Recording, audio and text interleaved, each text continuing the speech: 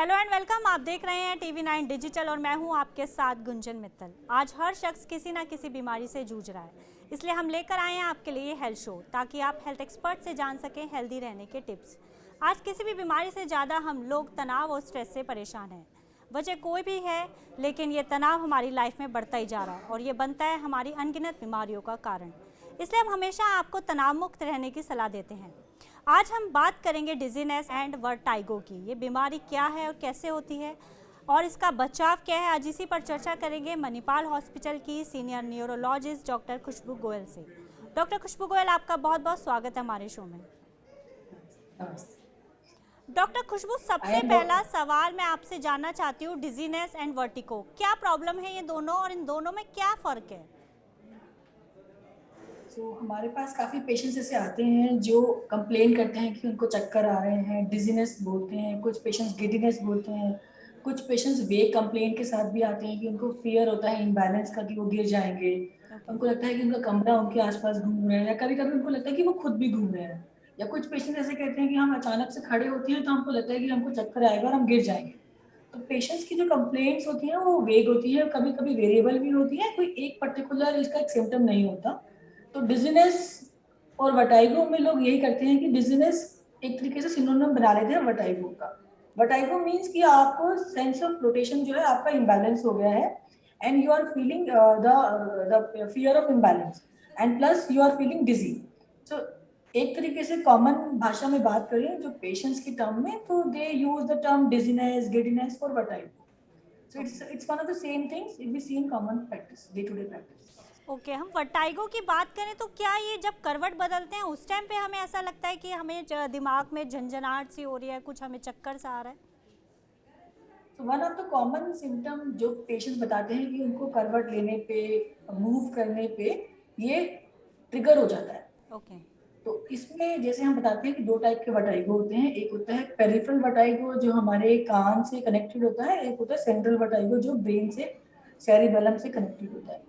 तो जो वर्टाइगो हमारा पेरिफेरल वर्टाइगो होता है जिसमें कान के कुछ कनाल्स होते हैं, सेमी सर्कुलर कनाल्स, और कुछ ऑर्गन्स होते हैं लाइक यूट्रिकल एंड सैक्यूल, अगर वो उससे कनेक्टेड है उसमें ज्यादातर क्या होता है कि अगर हम करवट लेते हैं तो हमारे कान का जो ब्रेन में सिग्नल जाता है तालमेल के लिए, अगर वो डिफेक्टिव है, जो कान और ब्रेन के बीच का सिग्नल, तो उस केस में जब हम मूव करते हैं अपनी गर्दन तो वो सिग्नलिंग प्रॉपर नहीं हो पाती और हमें लगता है कि हम घूम रहे हैं या हमें डिजीनेस आ रही है।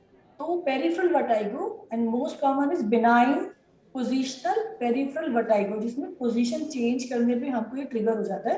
तो उसमें ऐसे सिम्टम्स आते हैं कि ओके। पेशेंट्स बताते हैं कि करवट लेने पे वो ट्रिगर हो गया। ओके डॉक्टर, ये भी बताइए कितनी कॉमन है बीमारी और किस एज को ज़्यादा इफेक्ट करती है?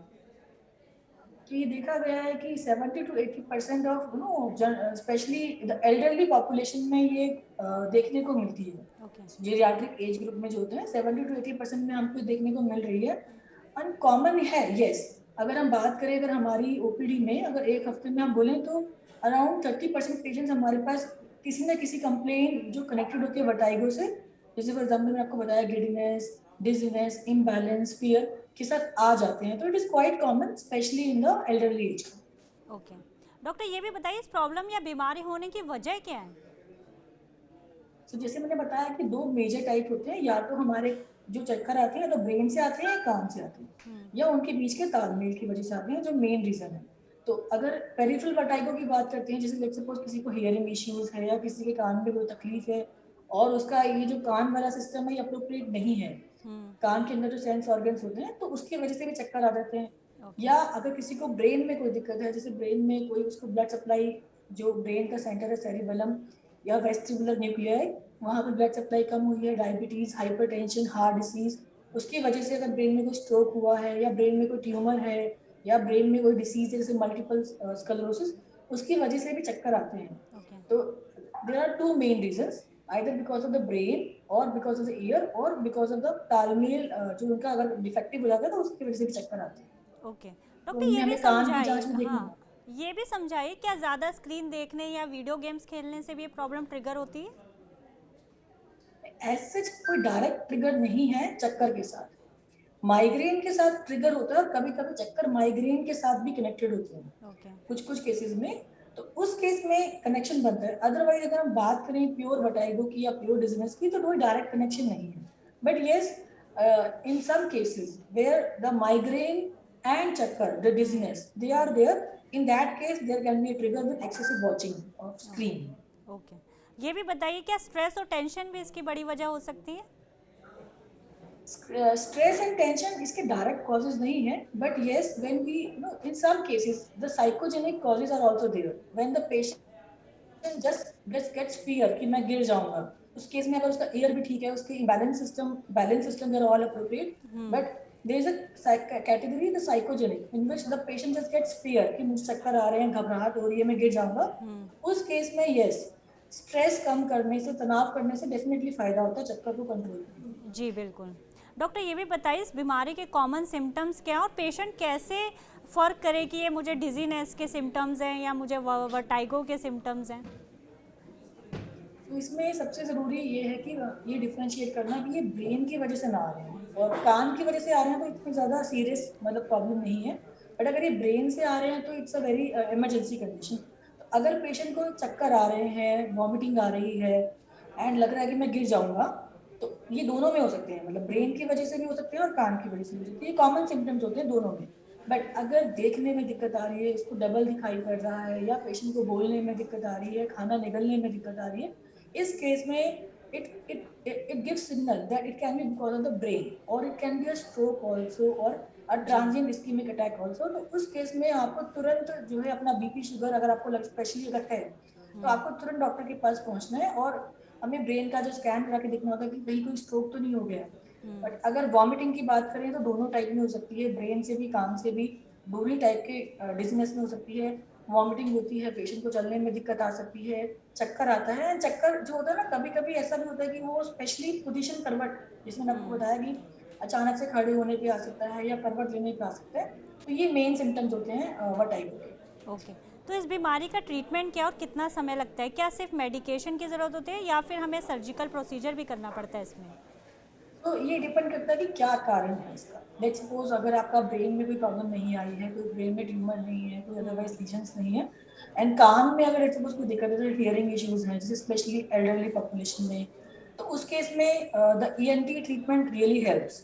और अगर आपका कान भी ठीक आया है, ब्रेन में भी कोई दिक्कत नहीं है, आपका ब्लड प्रेशर, शुगर, बाकी आपको कोई रिस्क फैक्टर्स नहीं है, उस केस में we give some medication to control the vertigo, and there are some exercises also, like vestibular exercises. They really help in that case. So not only the treatment, but also there are some rehabilitation exercises जो आपको training देती हैं आपके vestibular system को stabilise होने में, वो भी इसमें हेल्प करती है। ओके, तो क्या एंड डिपेंडिंग ऑन द, जैसे मैंने आपको बताया, हाँ, क्या कई जैसे बार ये मैंने आपको प्रॉब्लम बताया कि काफ़ी अगर सिवियर ब्रेन, हो जाती है? Yes, sometimes specially the peripheral vertigo जो कान वाले होते हैं, उसमें ऐसा होता है कि पेशेंट बिल्कुल खड़ा ही नहीं हो पाता, एंड चलने में भी दिक्कत आती है, लगता है कि गिर जाएंगे, बैलेंस में, वॉमिटिंग बहुत ज्यादा होती है। तो उस केस में ये सिम्टम्स 3-4 दिन रह सकते हैं। तो उस केस में हम sometimes patients require hospitalization also. तो sometimes symptoms can be very severe also, and later on धीरे धीरे धीरे सिम्टम्स वो रिजॉल्व होते हैं। तो ये कभी कभी बहुत ज्यादा प्रॉब्लमेटिक भी हो जाता है। ओके, तो डॉक्टर ये भी बताइए क्या इससे किसी और मेंटल इलनेस की कॉम्प्लिकेशंस बढ़ जाती हैं? नहीं नहीं, ऐसी डायरेक्ट नहीं बढ़ती है, लेकिन जैसे मैंने आपको बताया, only serious problem which we need to out कि ये ब्रेन से ना आ रहे हो, क्योंकि दोनों ही वजह से आपको चक्कर आएंगे, वॉमिटिंग आएगी, बैलेंस खराब होगा। अगर ये ब्रेन से है, जैसे अगर डबल विजन आ रही है, आपको बोलने में दिक्कत आ रही है, खाना खाने में आ रही है, तो ये एक सीरियस प्रॉब्लम हो सकती है, आपको लकवा आ सकता है, स्ट्रोक जिसको हम बोलते हैं। तो उसमें फिर मेडिकेशन भी एज पर द स्ट्रोक के हिसाब से हम शुरू करते हैं।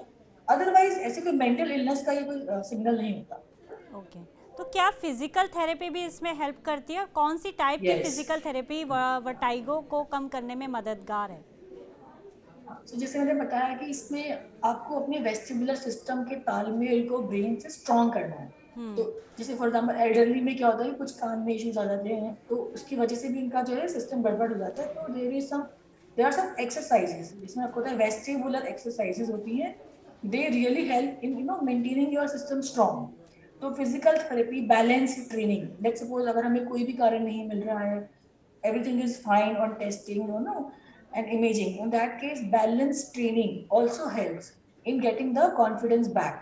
Okay, So there are some physical exercises. तो ये काफ़ी हेल्प करते हैं अगर पेशेंट के सिम्टम्स रिकरेंट हो रहे हैं and not getting well and there is no specific cause for that, so these therapies really help. Okay, तो क्या ये बच्चों में भी देखी जाती है प्रॉब्लम, और बच्चे जैसे कई बार एक्सप्लेन नहीं कर पाते हैं, तब उनको में कैसे इसको रिकग्नाइज करते हैं इस प्रॉब्लम को?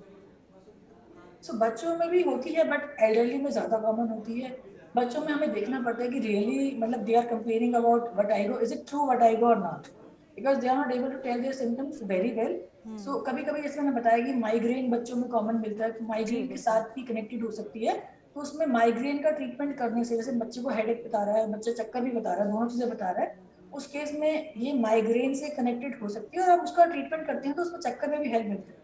Then we have to check the haemoglobin also. कभी कभी लो हीमोग्लोबिन होने से भी बच्चे को लगता है कि मैं घूम रहा हूँ या मुझे चक्कर आ रहे हैं, या फिर लेट्स सपोज न्यूट्रिशन डेफिशिएंसीज है। कभी कभी हार्ट प्रॉब्लम में भी ऐसा हो जाता है कि हमारी ब्लड सप्लाई ब्रेन में कम हो जाती है, तो उसकी वजह से भी, या कोई ब्रीदिंग इश्यूज जब होते हैं उसकी वजह से भी बच्चों में सेंस कि हमें मैं गिर जाऊंगा या मुझे चक्कर आ जाएंगे, तो वो फीलिंग भी आती है। तो ओके बच्चों में हमें बाकी कॉजेज भी देखने पड़ते हैं rather than the true vertigo. Okay, doctor Khushboo Goyal हमारे साथ जुड़ने के लिए और हमारे तमाम सवालों के जवाब देने के लिए आपका बहुत बहुत शुक्रिया। Thank you so much doctor. तो जैसा कि मैंने शुरुआत में ही बताया और डॉक्टर ने भी ये बात कही कि स्ट्रेस और तनाव कई अन्य बीमारियों को जन्म देते हैं, इसलिए कोशिश करें तनाव मुक्त रहें, मेडिटेशन और योगा करें, और हम सब यही चाहते हैं कि आप स्वस्थ रहें। अब हमें दीजिए इजाज़त, हम कल फिर हाजिर होंगे एक नए टॉपिक के साथ, नए एक्सपर्ट के साथ। चलते चलते मैं आपको बताना चाहती हूँ TV9 डिजिटल के न्यू इनिशिएटिव TV9 वैन के बारे में। आखिर क्या है इनिशिएटिव, आइए देखते हैं इस वीडियो में। Today, doctors are busier than ever providing care and advice to patients. And the reality is that an average patient now spends much more time in the waiting room than in the doctor's chamber. With such a captive audience, it's time to put their wait time to good use.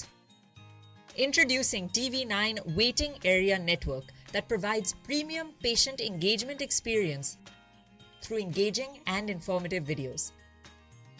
These videos are created keeping in mind an Indian patient seeking medical attention. TV9 Waiting Area Network provides a perfect platform for educating the patients on everything a doctor's practice has to offer while elevating the doctor's brand at the same time. As a doctor, all you need is to have Wi-Fi at your clinic and we'll take care of the rest. We provide you with a TV, a media player, your clinic profile, and a playlist customized as per your practice. Combine all this with the regular news updates from TV9